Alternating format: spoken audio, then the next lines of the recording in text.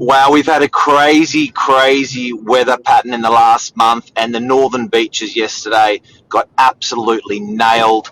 Let's talk about it. What happened to the beaches? Why is this happening? And what to do now?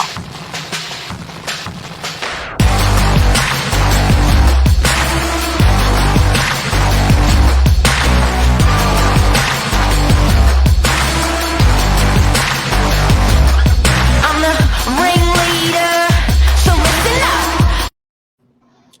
Morning, Mark. Morning, Billy.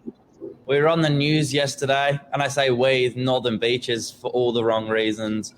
What a crazy weekend it's been. Wow. It was like so cold, so cold, so cold. We're wishing summer would come. The heat came, and we're like, oh shit. And then these storms. Nuts. Unreal. And it was a really nice day leading up to the afternoon, the morning. Out of nowhere, it just flipped. Obviously, there's going to be a lot of people out there that are trying to pick up the pieces from yesterday's chaos.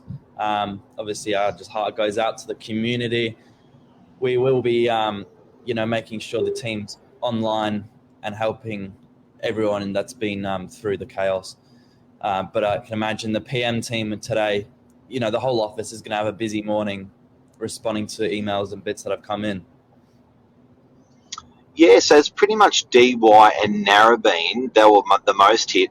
Narrabeen and Collaroy have had very hard times. You had the beachfront eroded, which was one of the only beachfronts in New South Wales that got so hammered, where some houses lost their backyard and some parts of their houses.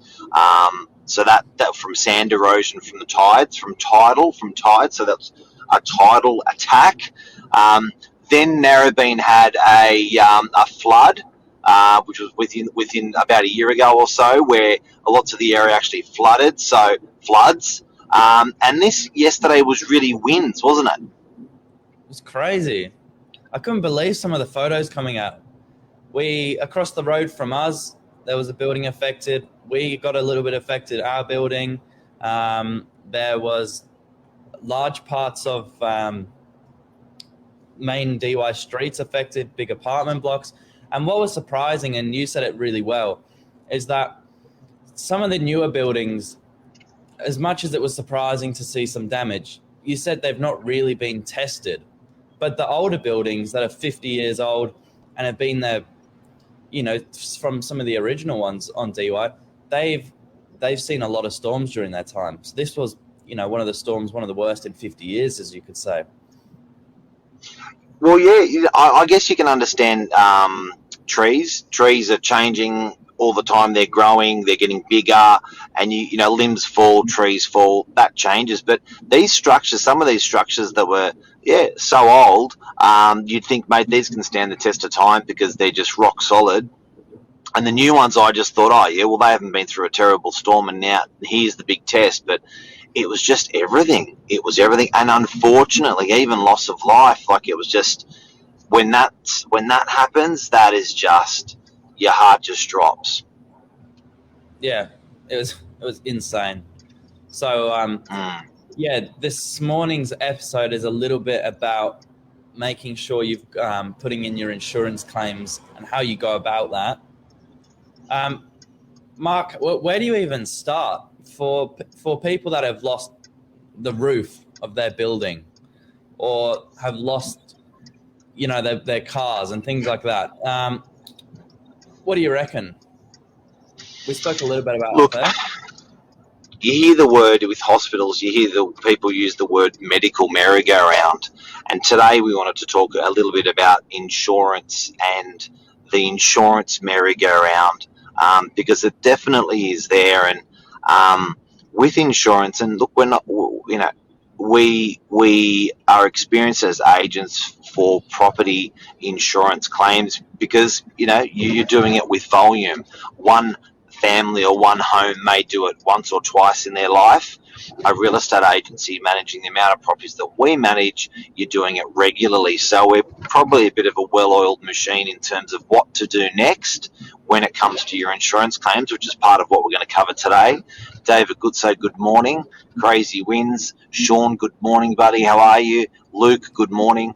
It's interesting. I want to talk about making these insurance claims, how to be effective when making these insurance claims, and be prepared, because people often think that it's a one-hit wonder where you can just call your insurance company, make the claim, and then a little angel will come out with wings and fix everything. But it's not quite the case.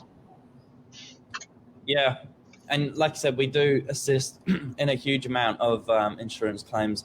Being a point of contact, obviously these guys are getting in touch to find out what's happened, and in most instances it's not due to crazy winds, but the same principle applies. You said you've got to be making sure that you're really factual, you've got to take the emotion out of it, and you've really got to try to overclaim. There's no point in missing points, so making sure you've got it done properly right from the start. Yes, a bit of advice to people that have gone through storms yesterday. It's a very, very emotional period for people. I've actually had it happen to myself where we lost our house to flooding, and it was pretty much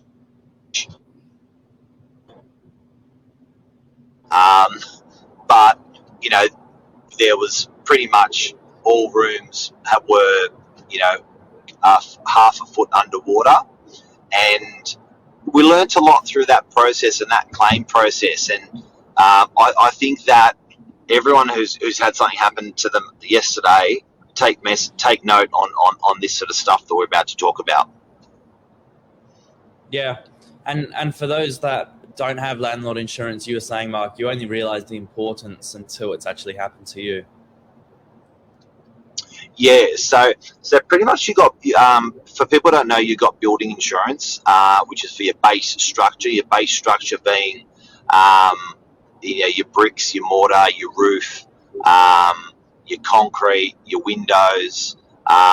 You've then got contents insurance. Contents insurance can be, depending on your policy, can be kitchens, can be carpet, curtains, electricals, furniture, stuff like that. So you want to make sure, first thing you want to make sure is that you are insured. And guys and girls, even if you're not, this is a good message that to everyone, to make sure you are. If you've had nothing happen to you, check your bloody policy, check that it's in place, it's paid. How many times you've had a policy where you think you're covered, and then you go to claim and you realise someone hasn't paid the bill? That's the first thing to check. The next thing when you're making a claim today is to take the emotion out of it. So really stick to the facts, because it helps you make a better decision on what's happening. It helps you look at stuff more clearly. So take good photos of everything that's damaged. Do not be conservative in your claim, which is what you were just saying before, Billy. Do not be conservative in your claim, because it is the job of an insurance company to minimise the claim. So what they're going to do is the insurance company will often send out an assessor.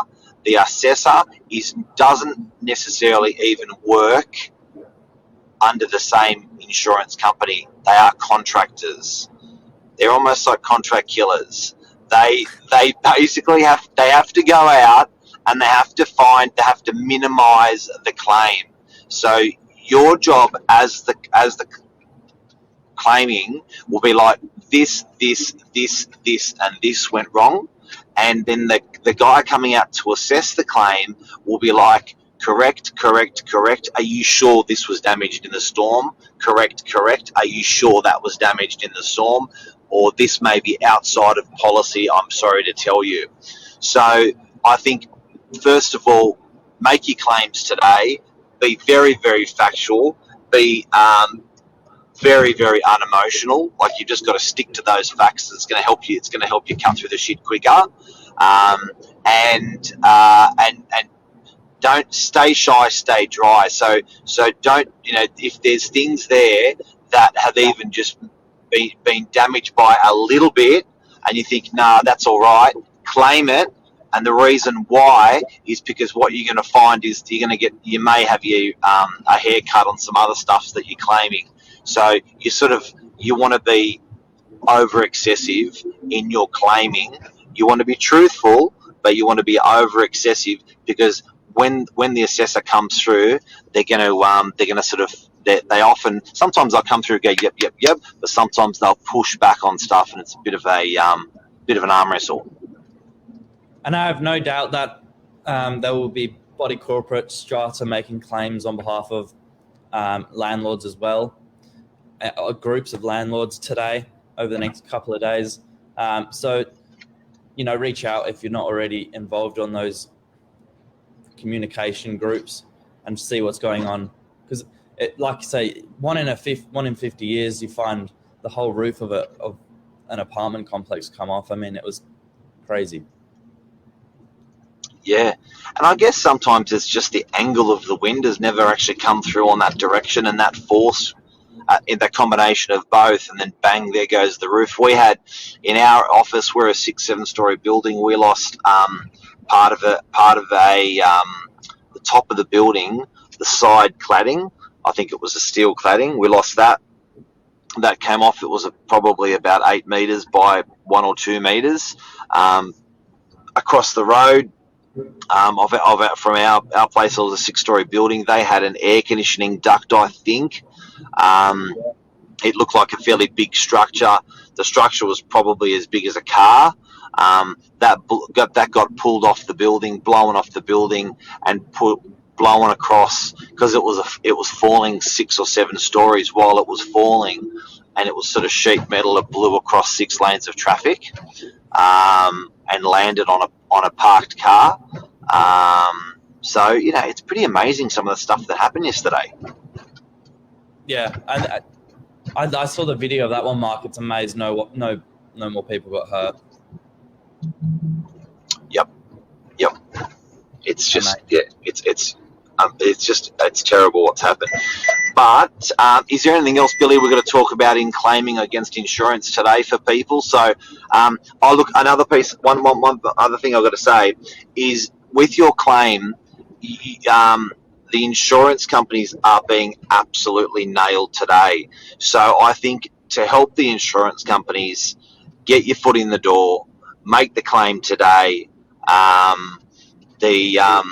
What these insurance companies do, believe it or not, particularly for roof claims, is they send out a drone pilot within 24 hours, 48 hours, and they drone shoot your roof, and they do it in high definition, and they do that again to minimise claims, because sometimes roofers are a bit misbehaved, and when they go up to do a quote to fix the roof, it's been known that they will find more work for themselves. So they often, I think you'll see a lot of drones going over the northern beaches today for people that have made claims, and then they should take photographic evidence of the roof.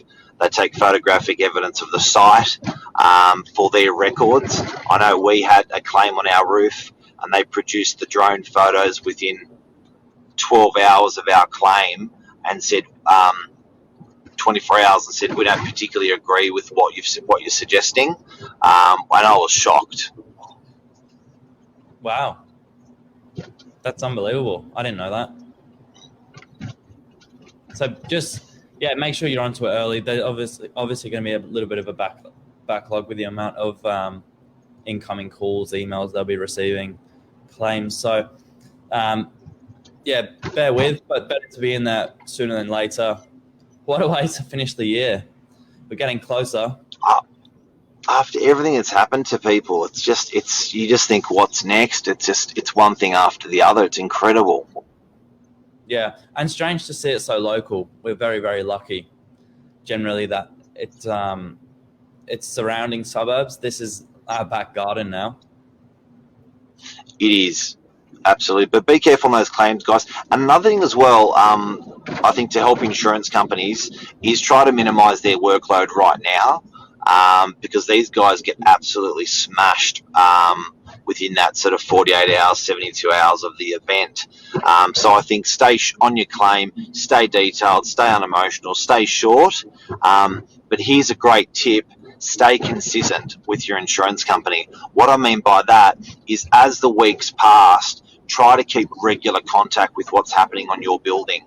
So don't get frustrated that they haven't come out and fixed stuff, within the week, but definitely keep onto those phones super regular, and so those trades come out ASAP. And fortunately for us in the Northern Beaches, it was not a Sydney-wide event, so hopefully the repair is going to be quicker because it's not all of Sydney, and the claim process will be quicker because it's not all of Sydney. Yeah, agreed. That's it. Is that a show? That's it. Thank you, Mark. That's a show. Everyone, That's a good show. luck with your insurance claims. Very sorry for people that have been affected. And if we can help at all, even if you're not a landlord or a tenant, buying or selling with us, we are here. Just call us. We can help you, step you through. We do it a lot. We've done it before. We're happy to help anyone. Stay shy, stay dry. Boom.